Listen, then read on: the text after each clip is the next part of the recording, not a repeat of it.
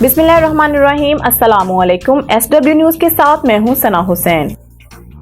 चुंग training centre DIG operations बैठक। DIG operations के अफसरान और जवानों के साथ बड़ी बैठक। तमाम विंग्स के SPs, SDPOs, SHOs, in charge investigations मौजूद। DIG ऑपरेशंस का इलेक्शन ड्यूटी के खुदोखाल बारे इजहार ख्याल। सैयद अली नासिर रिजवी ने इलेक्शन कमीशन के ज़ाब्ता अखलाक बारे ज़रूरी हिदायत दी। इलेक्शन को पुरअमन बनाने के लिए ड्यूटी कौमी फरीज़ा समझ कर अदा करें। DIG ऑपरेशंस पोलिंग डे के मौका पर ROs और पोलिंग बिल्डिंग्स के बाहर मजमा ना लगने दिया जाए। सैयद अली नासिर रिजवी, किसी को कानून हाथ में लेने की इजाजत नहीं। सैयद अली नासिर रिजवी।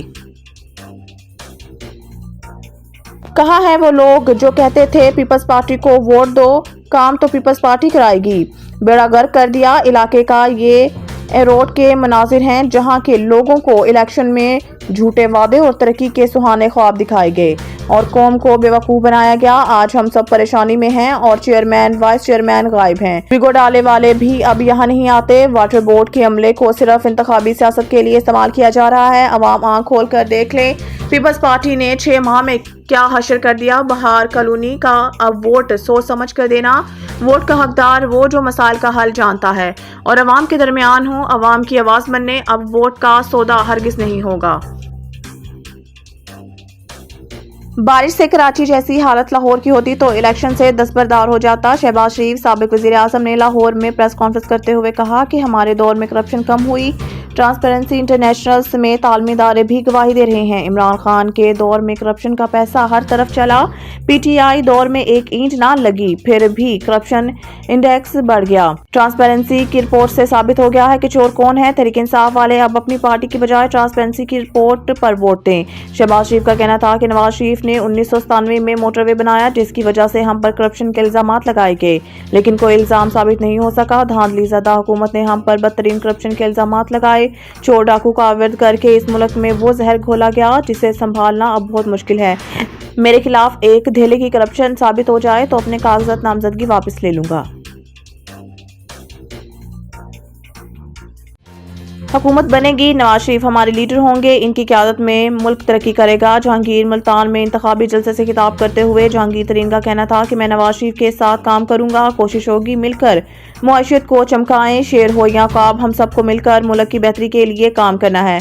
हम पूरे मुल्क की बेहतरी के लिए काम करना चाहते हैं। नवाज शरीफ की क़यादत में मुल्क तरक्की करेगा। इनका कहना था कि मुझे जो अल्लाह ने दिया इससे लोगों के हालात बेहतर कर रहा हूँ। मुल्क की मैशत होगी तो तमाम लोग तरक्की करेंगे। अल्लाह हमें कामयाब करे तो 8 फरवरी के बाद मुल्क की मैशत को चमकाएंगे। जहांगीर तरीन का कहना था कि कोशिश होगी, उम्मीद रखने वालों की उम्मीद पर पूरा उतरेंगे। जो नौकरी कर रहा है इसकी तनख्वाहें बढ़ेंगी, लाखों की तादाद में नौकरियां पैदा होंगी।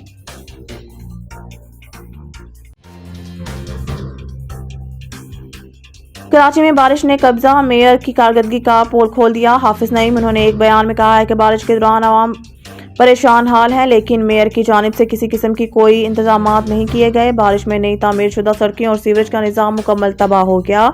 उन्होंने कहा कि महकमा मौसमियात की जानिब से बारिश की पेशगोई के बावजूद नालों की सफाई का कोई इंतजाम नहीं किया गया। अवाम आम इंतखाबात से कबल पीपल पार्टी के कराची को पेरिस बनाने के दावे की हकीकत देख लें। हाफिज नईम ने मजीद कहा कि मुख्तलिफ इलाकों में बारिश के फौरन बाद जमात इस्लामी और अल खिदमत के रज़ाकार रेस्क्यू के लिए मौजूद हैं।